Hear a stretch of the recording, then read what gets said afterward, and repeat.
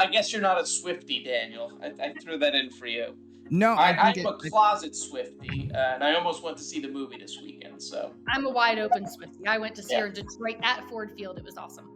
Awesome. I think this is a great. I think this is a great PR. I think this is a great PR study. The NFL figured out like we can't hire her as an actual she won't endorse us. We don't have the money for that.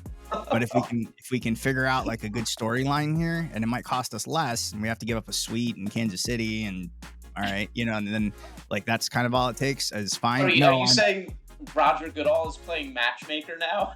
That this was all a setup? It would be his best move ever. Right? Yeah. He's such a personable fella. Welcome back, everyone, from a short break that we had to episode number 10 of the Wheelhouse. That's right. We got to another even-numbered episode of the Wheelhouse, and that's always exciting. We actually don't do anything differently, but it's neat to talk about. Joined today by some new faces. Of course, first of all, we have Jen Suzuki from Dealer Process. We are fortunate also to have Liza Borches from Carter Myers Automotive and Andrew DiFeo, both dealer operators of large groups that I'm very excited to have on the show and get some really great insights as we want to break down some stories and bring to you actionable items that you can take back to the dealership. And just before we kickstart today's episode, just a quick note that the opinions and viewpoints expressed in this podcast are solely those of the individuals involved and do not necessarily represent those of their affiliated organizations or partners. And this podcast is for informational and educational, but entertainment purposes. And so thanks for joining us again. All right, so let's head up. Let's take on our first topics, and kind of as we want to make sure everyone can tell me, what is it you're scared of? Because we're just before Halloween. And so we thought that would be a topical way to remind everyone that this was filmed during Halloween. But tell me what it is you're scared of. 30 seconds each. Andrew, why don't you go ahead and kick us off? Okay.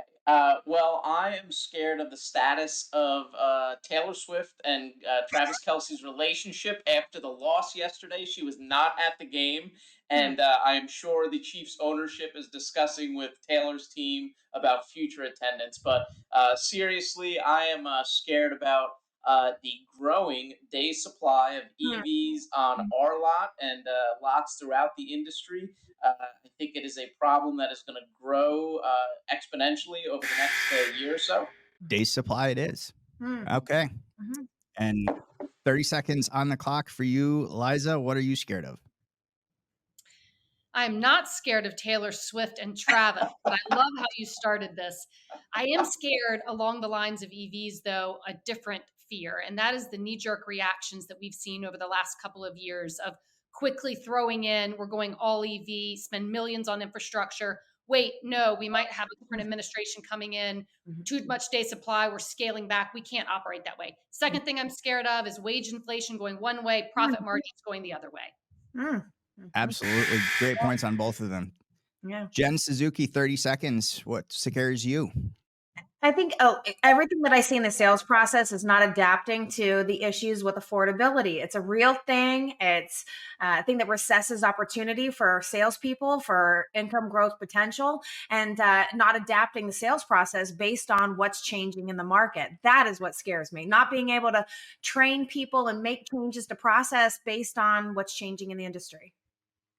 All right. And then in this show, we also do allocate points, for some good points that you guys make. So on that round, since Liza, you had two good ones, so that's 30 for you and 15 each for Jen and Andrew. I didn't know we had an overachiever. I gotta step on my game. I mean, you should. You can redeem these points. I guess you're not a Swiftie, Daniel. I threw that in for you. No, I'm a closet Swiftie, and I almost went to see the movie this weekend. So I'm a wide open Swiftie. I went to see her in Detroit at Ford Field. It was awesome. Awesome. I think this is a great PR. I think this is a great PR study. The NFL figured out we can't hire her as an actual she won't endorse us. We don't have the money for that. But if we can figure out a good storyline here, and it might cost us less, and we have to give up a suite in Kansas City, and all right, and then that's kind of all it takes is fine. Are you saying Roger Goodall is playing matchmaker now? That this was all a setup? It would be his best move ever. Right? Yeah. He's such a personable fella. And I do absolutely appreciate the Broncos sending off the Chiefs by playing Taylor Swift songs after they. Yes, that was quite humorous yesterday. I do like a good trolling. I'm not gonna lie. All right, so let's get into some topics on today's show. So, and we'll devote like a couple minutes to each one of these. So, first of all, we've heard this before. Hertz, promised to order 100,000 EVs. Decided they meant something more like 30, and then said that they don't remember who said they was gonna do 100, but he doesn't work here anymore. So don't call us for the balance of the orders. But no, what's interesting is what they told. The reason they cited wasn't anything that I think I haven't heard before. They cited, one, that dependability was an issue, and two, depreciation was a big issue for them, and they couldn't factor that into their cost.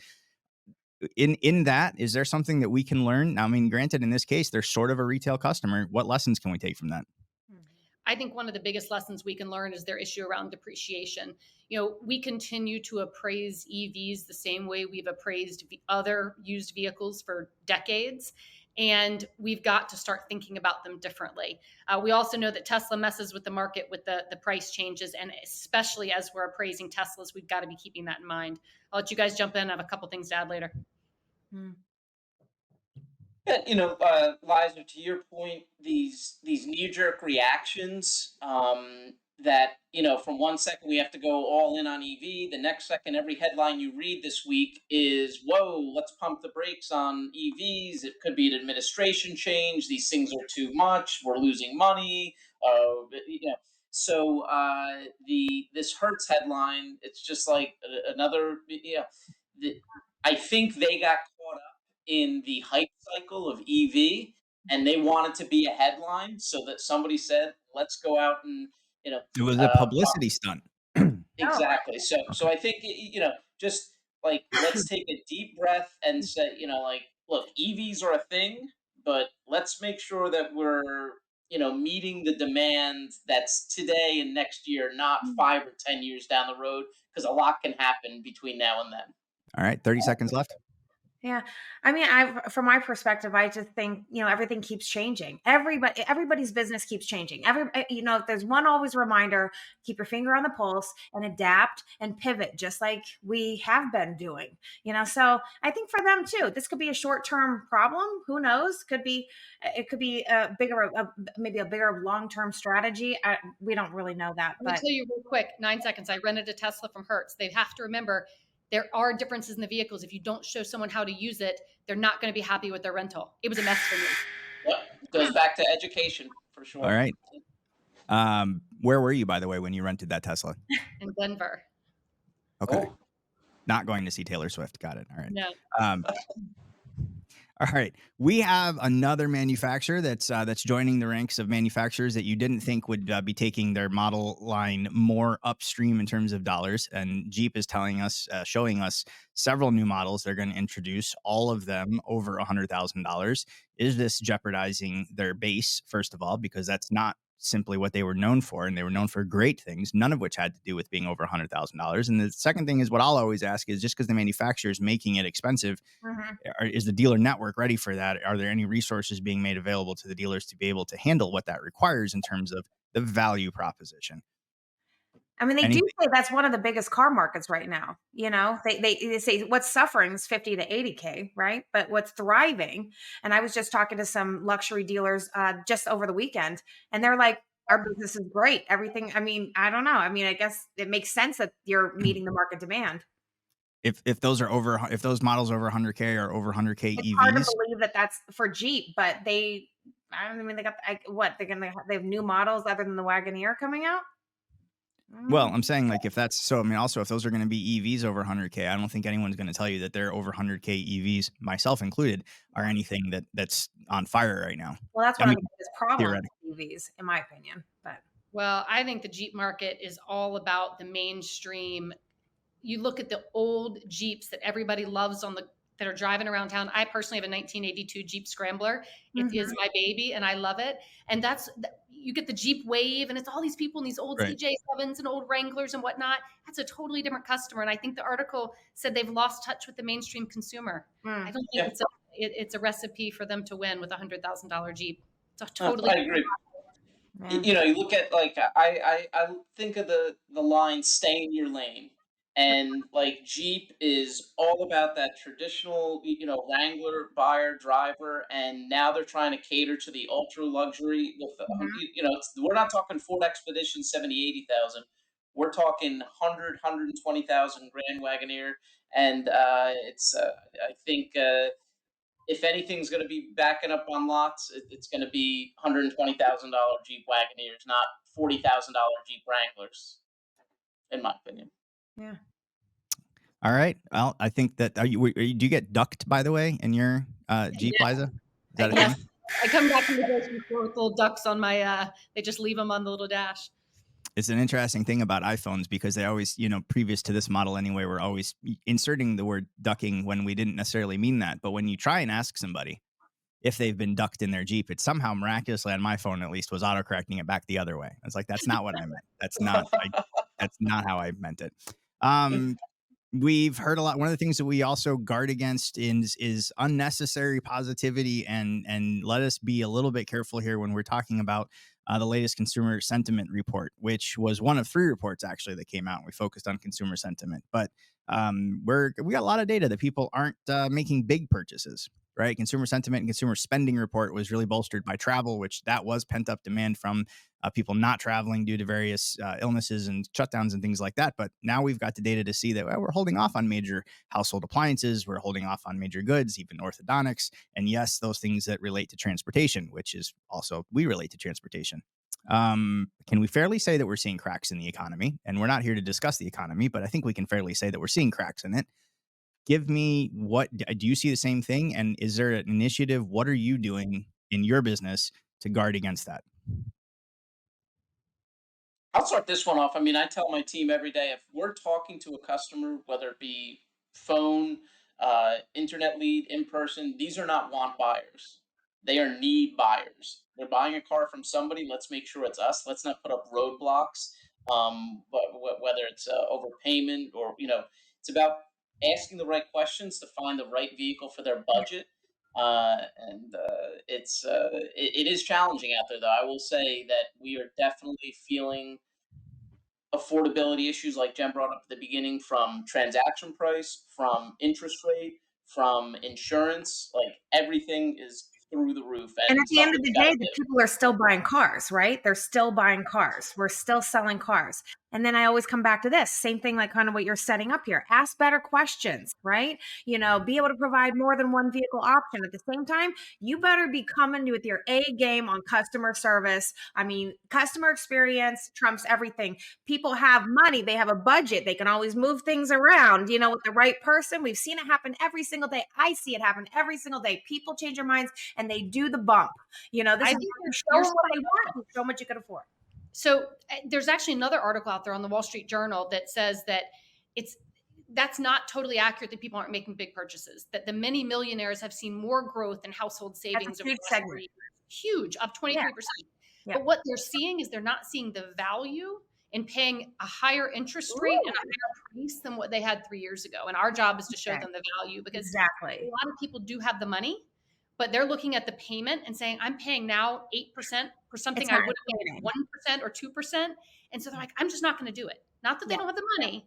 They just don't see the value in actually pulling the trigger. So that's comes back to the salespeople and educating them and training them on how to bring value to the table, whether it's a sales call or it's on an email or a text thread. I mean, people have to understand how to adapt, to the sales process. Bonus question along those lines. All right. So Ryan Searhant of real estate fame, right, said something I thought was actually pretty interesting, and a way to overcome it. Do you think this is a way to overcome objections? His point is this: now you're paying 8% for something, but likely the price is lower than what it was when interest rate was 1%.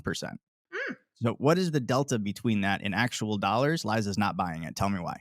I don't think in the auto industry you can say that's the case. You look at the inflation on the actual price of new or used vehicles, and that has gone up with interest rates. So I don't buy it. Maybe for a different industry that could be the case. And yes, you could absolutely do a calculation and show a consumer that, but we're not seeing it. We are seeing a ton more cash, though. People do have the money. If they don't have to pay the interest rate, sometimes they're still pulling the trigger. Yeah, Liza, do you think that cash is cash, or is that home equity? We're seeing I think it's true cash. I actually don't believe people are taking out home equity lines at that rate to buy a car. At a floating, I don't believe rates are going down. we're seeing in our state, for example, we've got on the ballot. They've tried for several years, but we're on the ballot now for recreational marijuana being legalized. And as we see recreational marijuana being legalized in more and more states across the country, then this brings up the debate about how does that affect your hiring practices? Are you, the pro basically says, you need that so you can attract a wider body of candidates, and we all need good people. You wouldn't want to disqualify them based off of something like that, for example. And then the con group, generally says like you're risking productivity, you're risking workplace safety, and cohesiveness in the workplace, et cetera, et cetera. I will point out before we get started, the Canadian military allows active military personnel to indulge in marijuana as long as it is not more than 6 hours before they start their shift. I don't know how they measure that 6 How hours, do they measure that? but I will say that you can fly a plane in the Canadian military, Hi. and as long as it wasn't in the last 6 hours. I don't know, but what's your thoughts, and how are you handling that? We definitely have a different treatment of marijuana today than we did 10 years or 20 years ago in this country. The conversation about it is vastly different, just like what you said, what's happening in Canada.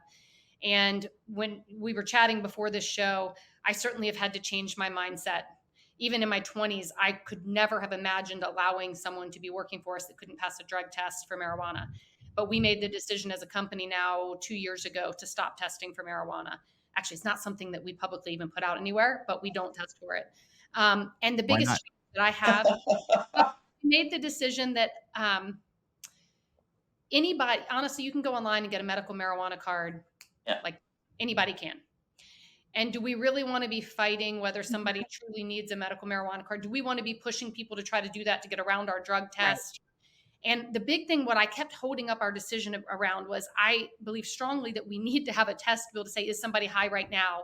Or were they high Saturday night at their whatever event they were going to? Just like they might have drank a beer on Saturday night. Unfortunately, we still don't have the test. I was holding off on getting that test before I was willing to take it out of our testing. But the last thing I'll say is that we found out that if somebody is in an accident and they take a drug test and it shows marijuana, they can legally go to court and state that there's no way we can prove that they were actually high during that moment of the accident. That was kind of the last straw that I made the decision we weren't going to test for it any longer. But again, we don't say it publicly. We just don't test for it. Andrew, you're not nodding enthusiastically. Yeah, we talked a little bit that's pre-show, and again, like I've done a lot of crazy stuff in my 20s and 30s that old Andrew would have said bring him on, but the new Andrew is kind of looking at this to say if there's smoke, there's fire, and a lot of people that I've come across that say they smoke It's not marijuana arson. It's just weed. have a lot of other vices that might not be conducive to the best of employees. But I like Liza's approach of being open-minded, and do we limit the pool, But that's like the same higher reasoning base? that they told me when I was in grade school, right? Like, just say no, even to marijuana. Marijuana is not a big deal, but it's a gateway drug. Yeah. And that's so, like, we haven't evolved out of that. It's still a gateway drug. I thought it was a gateway to Domino's, but I mean, clearly you think it's more nefarious. Jen, you go into dealerships all the time. What's the first thing you hear when you go to a dealership and you talk to them about their sales team? I this conversation doesn't come up. I don't think that people drug test as frequently as they used to. That is for sure. But I still think there's like discretion, where you can't be driving the cars, high. I think you still have some sort of boundaries with what the expectations are within. But I'm not hiring in the dealership. So What? Well, Liza, let me just ask you real quick. You said you don't publicize it. What, and you seemed, you're very deliberate in what you do. So I'm curious, like, why do you make the decision to not publicize it? We don't. Is the wording not there yet? Like, we're marijuana friendly, but not too friendly. Like we're not putting that out there. We simply say we drug friendly. And so it might be, as Andrew was saying, if somebody is smoking marijuana and they're doing, maybe that leads to other things, and we say we drug test, they're not going to come apply with us. So we put out there that we drug test. Now, when it comes back, we ask them not to give us the results of the marijuana. So it was an issue before. Every once in a while, we'd have someone test positive, and then we'd sit down and have a conversation and say, you have to have a negative drug test to start working for us, and then you'll be randomly drug tested for 2 years, and this and that. And we haven't seen any change. We've just simply taken it out of the conversation. What's more interesting? To attract people that smoke all the time, Andrew. That's why we're not So, putting it out there publicly. so today we're talking about marijuana. In 2 years on the wheelhouse, are we going to be talking about psychedelics? Yes. Because But let's now, I wait in 2 mean, years though. Yeah. I mean, let's worry about that in 2 I mean, the years. truth is that that's what a lot of people do that now. I mean, I live in Denver, so it's, enough yeah. said. You Um, guys get fired for but being I sober. mean, there's like, I noticed there's buildings or not buildings, but the weed places are everywhere, right? Now we sell mushrooms. I'm like, wait, and they talk to Medically people, and supervised. everybody's doing Jen mushrooms. goes in to get like a Like, pound of "Hey, you do shiitake. that every day?" But it's like a low dose, and a lot of people say that's what they're taking to overturn The anxiety and depression. the It's true. microdose, the infamous I'd love to microdose. go with you to that. A microdose. I'd love to have you walk in somewhere and be like, I'd like some portobellos, please. Like a half pound. Like, ma'am, this is a dispensary. Like Frankly, I think that is on ahead. I I'm think a that little scared about where it's going. I just we made the decision after lots of research that it wasn't worth the headache and the jumping through hoops to try to make sure that marijuana was a part of our drug test. But Andrew, I agree with you. I am uncomfortable with where it's going and what our kids are going to potentially be open to Yeah, in the I next. mean, I think if you think back and I'm just saying from personal experience, if you think about like when you've had like a really like an employee that's just not part of the team and they're just not doing their job and they have no ambition and they're not doing anything extra. They're barely doing the bare minimum. This is essentially a problem that we all have in various areas of the business, right? Never once have we been like, have we tested them for marijuana use? yeah, good point. We've just been like they barely do the bare minimum. So it's like they just can't even be here because they don't have any other ambition.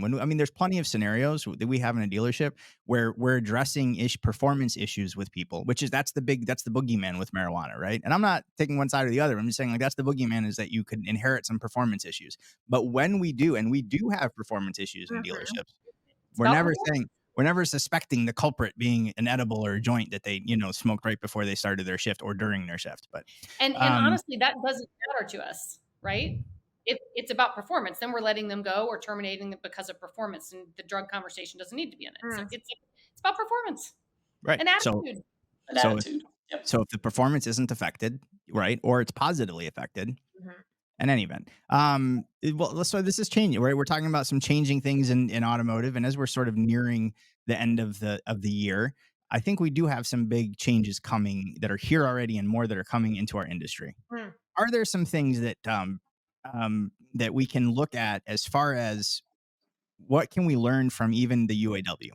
So if they missed they're on a contract, so they couldn't negotiate because they couldn't keep their comp in line with what the free market was paying, right? So and they missed through the recession, and then they were still in a contract, and so when it came up time now for them to renegotiate, they were renegotiating from such a distance, which is why they needed a 40% increase between salary and cost of living adjustments because they had so much time that they had to make up for. As we're entering these changes, what are we doing about comp? And Liza, you touched on this a little bit in the beginning. I thought it was such a valid point. So I'll let you start. But what are we looking at in terms of how our comp runs in our industry? Yeah, I think the biggest thing we can learn from what happened with UAW and these negotiations was during the last 4 years of their contract, OEMs, the domestic OEMs were doing better and better and going up. Profits were good, business was good, and the contract was flat. Now that times are going to start going down and the contract is moving up here, it is the worst case scenario actually for both the union and the OEMs. So we want to make sure in our businesses that our pay and compensation, not just the dollars, but the full compensation package is aligned with how the business is doing. And we're in a wonderful industry to be able to have most of our people have some sort of commission or bonus structure based on how well the company is doing. Now for us specifically, we're an ESOP.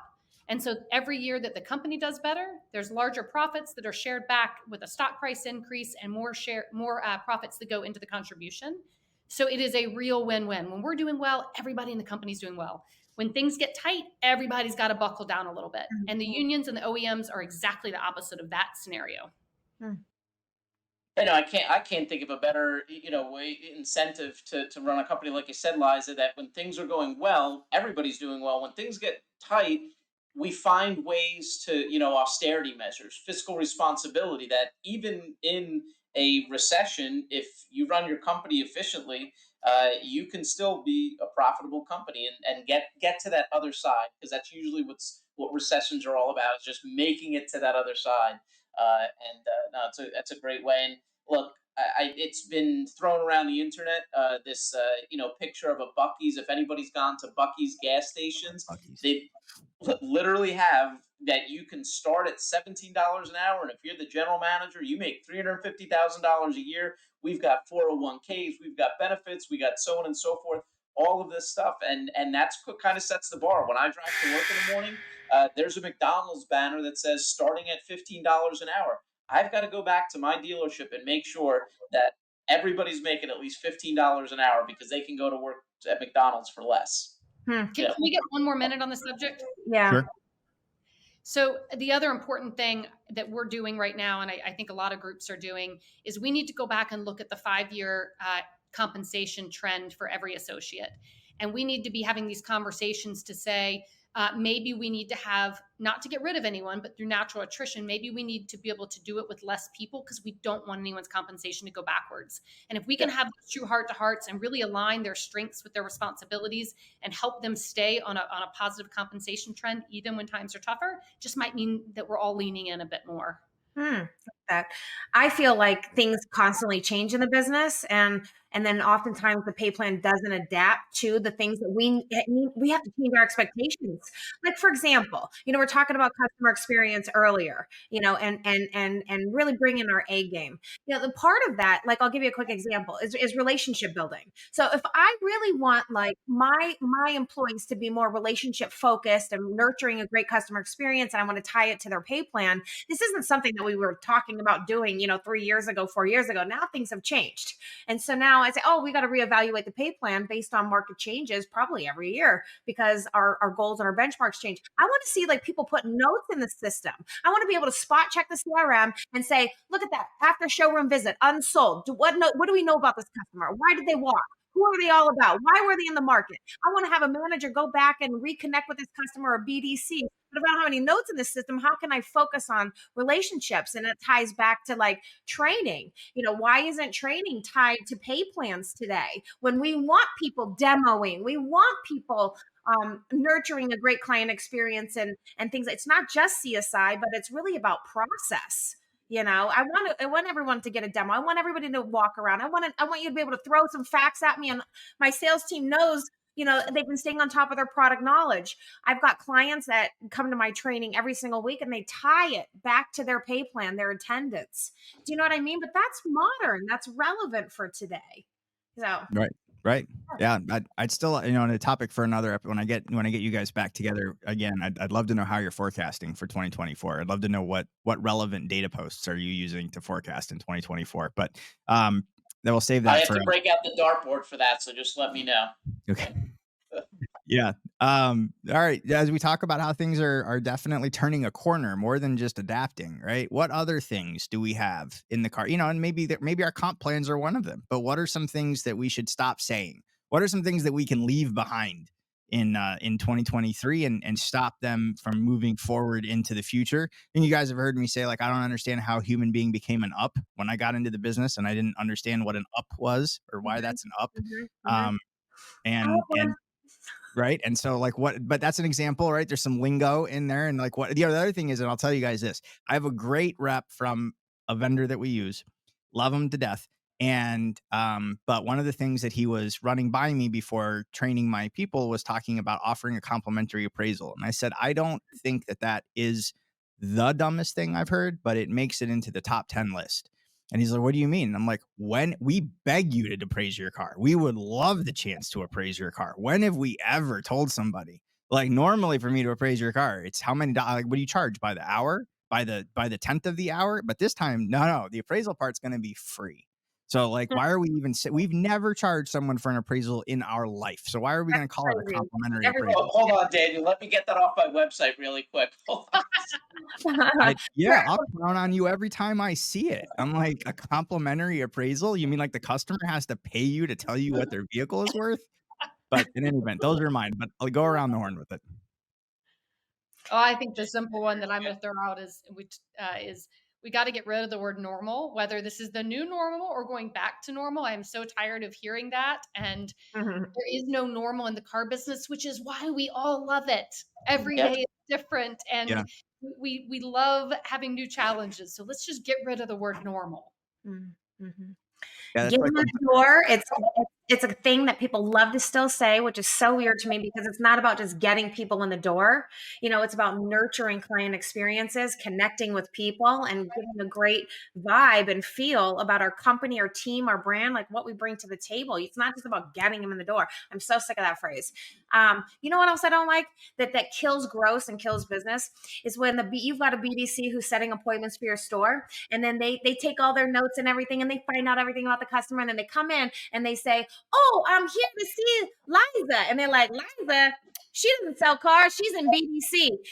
I can help you. What are you guys looking for?" And I'm like, wait, first off, we have a breakdown. When you start referring to your BDC as second class, you have a problem. They are on the same team.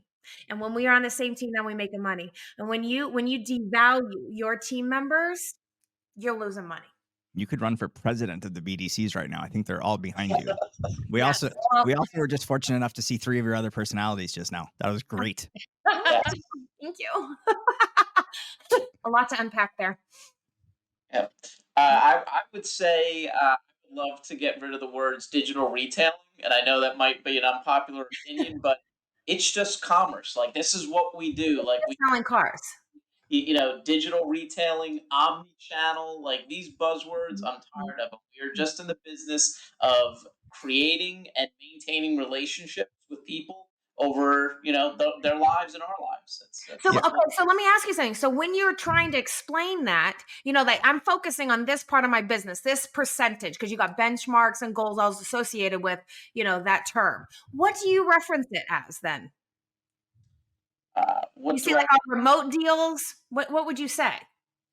I would say saying it's just doing business, right? I mean, you're not differentiating it. That's our virtual showroom.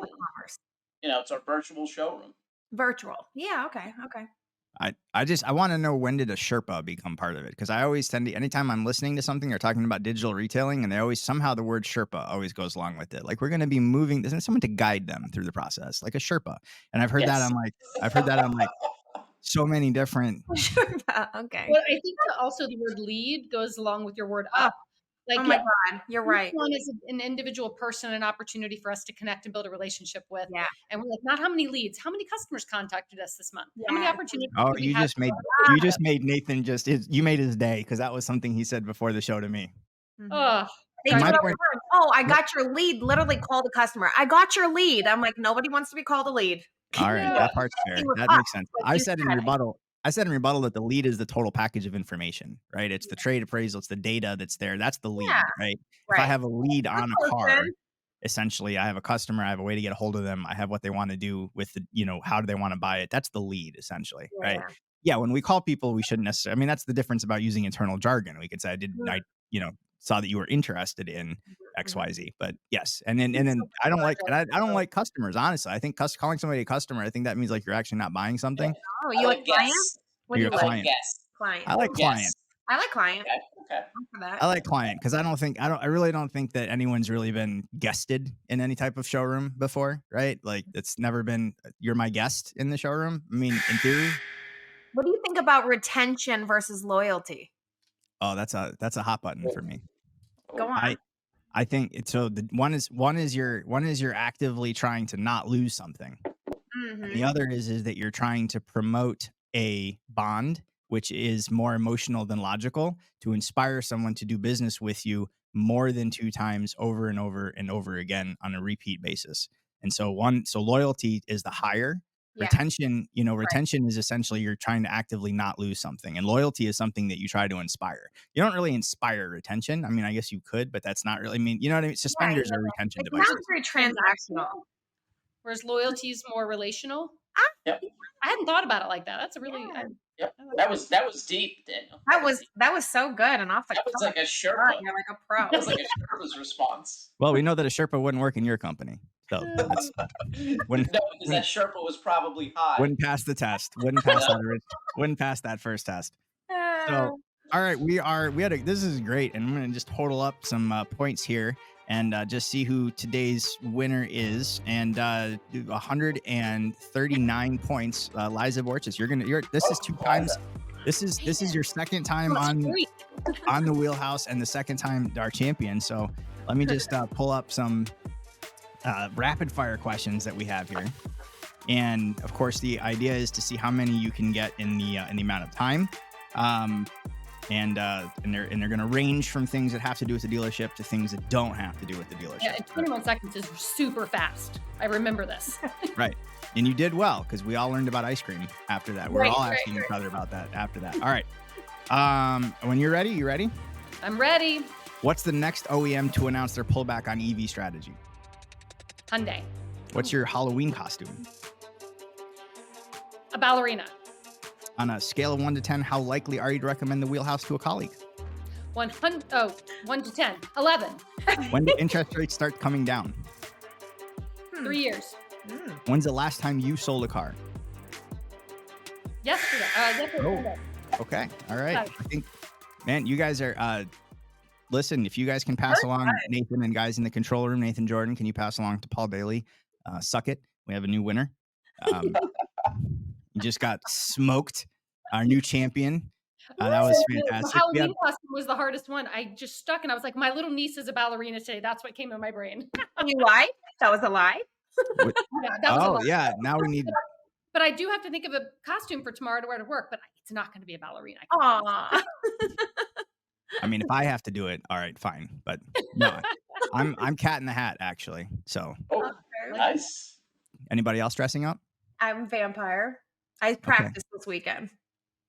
I do have to dress up, but I haven't figured out yet. I'm going to be going through our costume bucket when I get home and finding my kids' old stuff.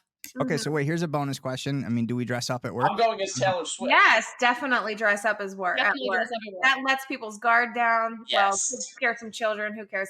They're not buying. But yeah, I think it makes it for a fun team environment. I love costume contests, camaraderie, team costumes together. I think this is a great time to bring everybody together. That's our costume going around the store tomorrow, all the stores tomorrow. Our costume contest, we only award for an ensemble costumes. That's because that's where we've raised the bar to. But I was talking to someone from another large, very respected dealer group, and they said, no, that's not. We don't do that. We don't even do balloons for something. So it's like that. Daniel, does Ken and Barbie, do they count as an ensemble, or is there you have to have 3 or 4? No, we did specify it's more than 2. Okay, more than 2. All right. And then we wanted one other just bonus question. If Travis Kielce and Taylor Swift were to get married, what car would they drive off in after their wedding? A Wagoneer, $100,000 Wagoneer. Okay, topical. All right. He seems so practical to me.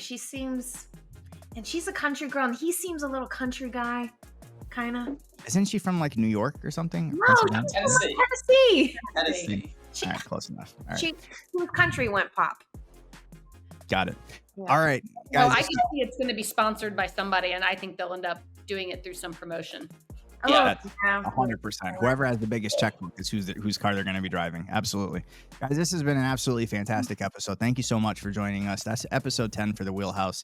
And you'll be joining us again in 2 weeks for episode number 11. And I promise that's going to be one that you definitely don't want to miss, because we are going to have another set of heavy hitters on here, and it will be one conversation for the ages. I can promise you that. Thank you everyone so much for joining us. Thanks for listening or watching. And we look forward to talking to you guys in about 2 weeks.